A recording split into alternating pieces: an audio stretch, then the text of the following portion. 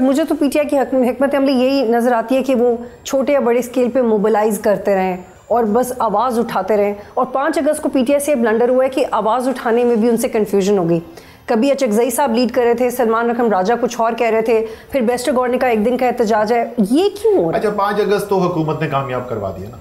5 अगस्त को तहरीक इंसाफ को कुछ करने की जरूरत ही नहीं पड़ी। जब आपने 3 अगस्त से वर्कर्स के घरों पे छापे डालने शुरू कर दिए, आपने लीडर्स को पकड़ने की कोशिश शुरू कर दी, 5 अगस्त को आपने औरतों को गिरफ्तार कर दिया, बच्चों को गिरफ्तार कर दिया, तो अब तो तहरीक इंसाफ पे से आपने प्रेशर ही उठा दिया, उनको नंबर दिखाने की कोई जरूरत नहीं, वो कामयाब हो गए।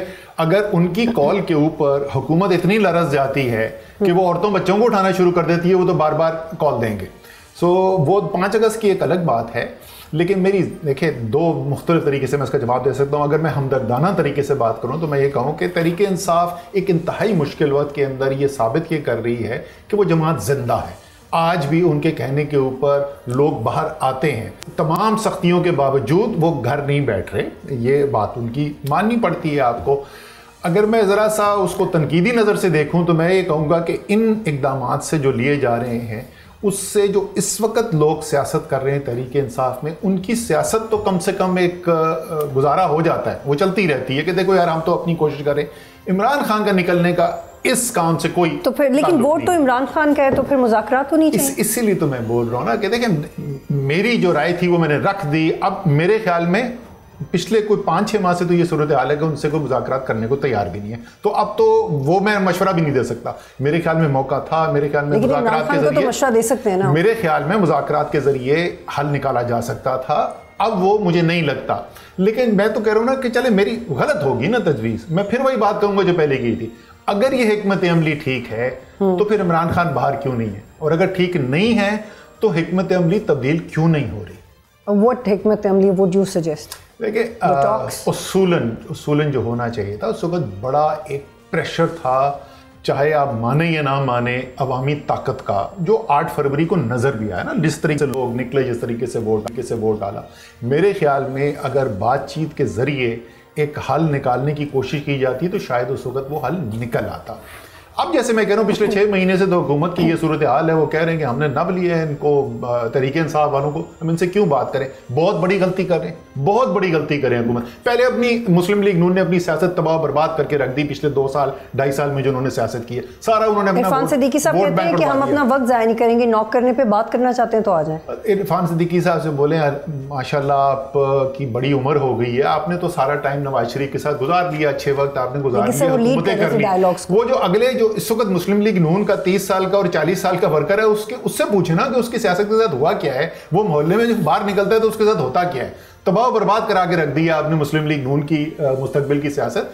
तो तहरीके मुस्लिम लीग नून को वो आगे आपने इरफान सिद्दीकी का माजी नहीं देखना, उनका जो नौजवान वर्कर है उसका मुस्तकबिल देखना है। अच्छा असद साहब, इमरान खान ने नाइली के बाद खाली सीट्स पे इलेक्शन ना लड़ने का फैसला किया, ये फैसला ठीक है?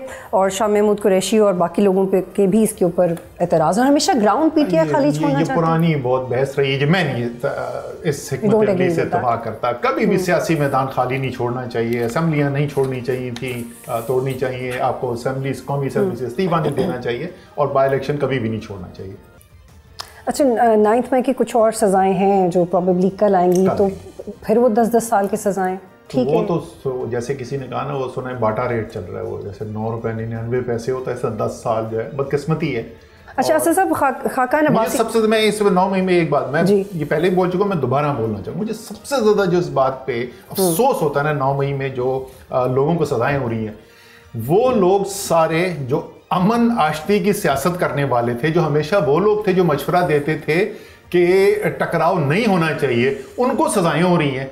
और वो सारे जो उस वक्त इनकलाबी थे वो सब अल्हम्दुलिल्लाह बेहतरीन उनकी जिंदगी। अच्छा साहब, एक मुझे बड़ा एक दलील है काका नवाज़ साहब की, मुझे बड़ा क्लिक करती है, मैं उसको दोहराती हूँ।